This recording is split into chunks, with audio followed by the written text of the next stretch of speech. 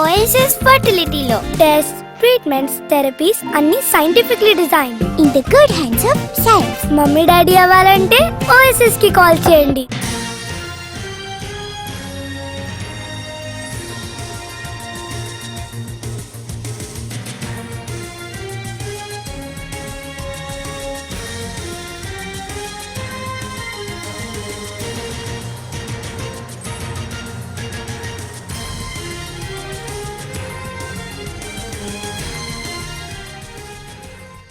గత 5 ఏళ్లలో కొడంగల్లో ఉన్న నేత ఎంత దోచుకున్నారో అందరికీ తెలుసన్నారు సీఎం రేవంత్ రెడ్డి. బీఆర్ఎస్ వాళ్ళలా తన కుటుంబం పదవులు కొల్లగొట్టొద్దని, రాష్ట్రానికి దోచుకోదని అన్నారు సీఎం రేవంత్ రెడ్డి. తన సోదరుడు తిరుపతి రెడ్డి పదవులు ఆశించకుండా ప్రజాసేవ చేస్తుంటే ఆరోపణలు చేస్తున్నారని ఫైర్ అయ్యారు.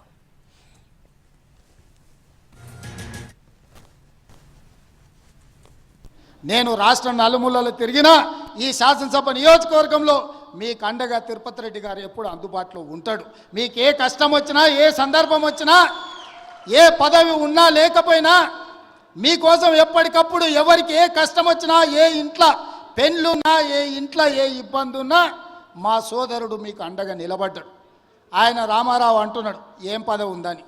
నేను అడుగుతున్నా దిక్కుమాలినోని, మీ అన్నదమ్ములలో ఉన్నోళ్ళందరికీ పదవులు తీసుకున్నావు. ఆయన నీ సడ్డకుని కొడుకుకి రాజ్యసభ తీసుకున్నావు, నీ చెల్లెల్ని ఎంపీగా ఓడగొడితే ఎమ్మెల్సీ తీసుకున్నావు, నువ్వు మంత్రి తీసుకున్నావు, నీ మా బావ మంత్రి తీసుకున్నావు, నీ నాయన ముఖ్యమంత్రి తీసుకున్నావు, నీ ఇంటిలి పదవులు తీసుకున్నారు. కానీ మేము ఏ పదవి తీసుకోకుండా ప్రజలకు సేవ చేస్తే దాన్ని కూడా తప్పు అంటున్నారు. పదవులు తీసుకోవడం తప్ప, కుటుంబం దోసుకోవడం తప్ప, ఏ పదవి ఆశించకుండా ప్రజలకు అందుబాటులో ఉండి ప్రజల మేలు కోసం ఒకవేళ నేను రాష్ట్రం మొత్తం నలుమూలలు తిరిగే బాధ్యత నేను తీసుకుంటే నా కుటుంబ సభ్యులు మీకు అండగా నిలబడితే కూడా వాళ్ళ కళ్ళల్లో నిప్పులు పోసుకుంటున్నారు. మీరు ఆలోచన చెయ్యండి.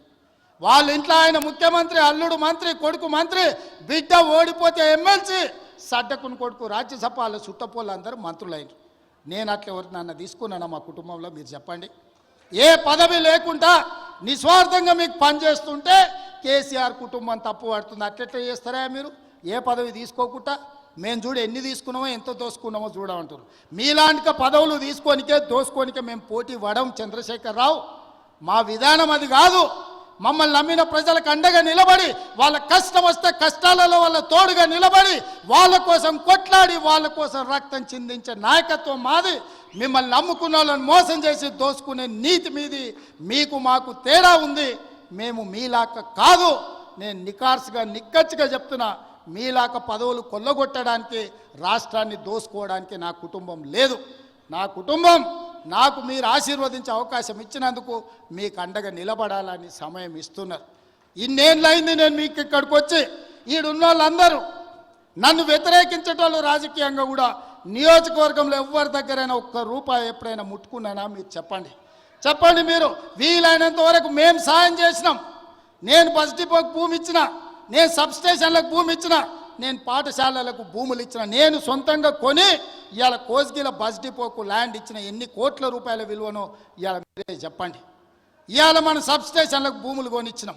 ఏ ఊర్లో గుడి కట్టినా, బడి కట్టినా, ఎవరు పిల్లలు చదువులకు ఫీజులు కావాలన్నా, ఎవరు ఏం కావాలన్నా మా ఇంట్లోకి వెళ్ళి పైసలు ఇచ్చి కొడంగల్ నియోజకవర్గాన్ని ఆదుకున్నాం.